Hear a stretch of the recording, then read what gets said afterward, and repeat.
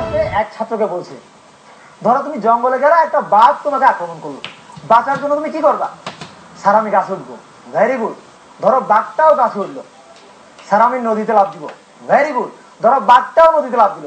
আরে স্যার আপনি বাঘের পক্ষে না আমার পক্ষে? আপনি তো আমার মাইরাই ছাড়বেন। কম্পিউটার সম্পর্কে ধারণা কম এমন এক লোক কম্পিউটার কিনে আনলো। 1 ঘন্টা পরে দোকানে ফোন করলো, ওই মিয়া কি আগে বাজে কম্পিউটার দিচ্ছেন, পাসওয়ার্ডে যাই টাইপ করি খালি তারা তারা উঠে। স্যার ওটা তারা তারা না, আপনি পাসওয়ার্ড টাইপ করার সময় পেছন থেকে যদি কেউ দেখে না বলে সেজন্য এটা। আমার বোধাই পাইছেন, খুব খেয়াল করছি, আমার পিছনে কেউ না থাকলেও তারা তারাই উঠে।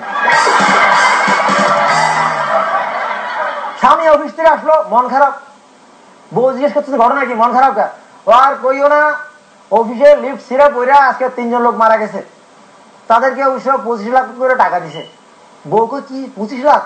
তুমি কইছিলা? আমি তো তখন বাথরুমে ছিলাম। বউ কই বাথরুমে যাবে আর সময় পাইলে না। আমরা অনেক সময় দেখি যে টিচাররা প্রায় স্টুডেন্টদের খাতায় বিভিন্ন কথা লিখে দেয় গার্জিয়ানদের উদ্দেশ্যে। তো এক টিচার এক ছাত্রের খাতায় লিখে দিচ্ছে যে আপনার বাচ্চার শরীর থেকে দুর্গন্ধ বেরোয়। তো গার্জিয়ান তার নিচে লিখে দিছে, আপনার কাছে ফোলা ভাড়াইছি লেখাপড়া করাইতো, আপনি লেখাপড়া না করাইবেন, আপনি কুত্তার মতো গন্ধ শুকেন কেন? আমাদের সমাজে প্রায় দেখা যায় অনেক স্বামী তার বউকে কারণে অকারণে মারধর করে, উচিলা ছাড়াই। যেমন দেখেন, বউ নিয়ে এসছে জামাইয়ের জন্য ডিম ভাজি করে, জামাই এই ডিম সিদ্ধ করে আনবা, ভাজি করে আনলা কেন? আরেকদিন নিয়ে গেছে সিদ্ধ করে, হ্যাঁ ডিম ভাজি করে আনবা, সিদ্ধ করে আনছো কেন? প্রতিদিন বকা খায়। তো একদিন বউ চালাকি করে একটা ডিম ভাজা নিয়ে গেছে, একটা ডিম সিদ্ধ করে নিয়ে গেছে। জামাই তো বেকাইতে পড়ে গেছে, ঝাড়ি কেমনে দেওয়া যায়, তোমার দিয়ে তো কোনো কামই হইব না। বউ কই ঘটনা কি? ভাত ইউ আনলাম, সিদ্ধ আনলাম। যেটা ভাজানোর এটা করছো সিদ্ধ, আর যেটা সিদ্ধ করো এটা করছো ভাজি। এই হিন্দি চ্যানেল সিরিয়াল দেখতে দেখতে পোলাপাইনের মধ্যে একটা ভাব আসছে। তো এরকম এক ছেলে হিন্দি শের শিখছে থোড়া থোড়া। তো বাবার জন্মদিনে সে একটা শের লিখে পাঠাইছে, আর বাবা ওইটা পরে পোলারে মার শুরু করছে।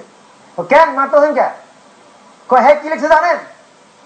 ফুল তো বহুত হাই पर गुलाब जैसा कोई नहीं, बाप तो मेरा बहुत हाय पर आप जैसा कोई नहीं। টিচার এক ছাত্রকে বলছে, দেখি বলো তো একটা উভচর প্রাণীর নাম বলো। স্যার ব্যাঙ। Very good. এইরকম আরো 4টা উদাহরণ দাও।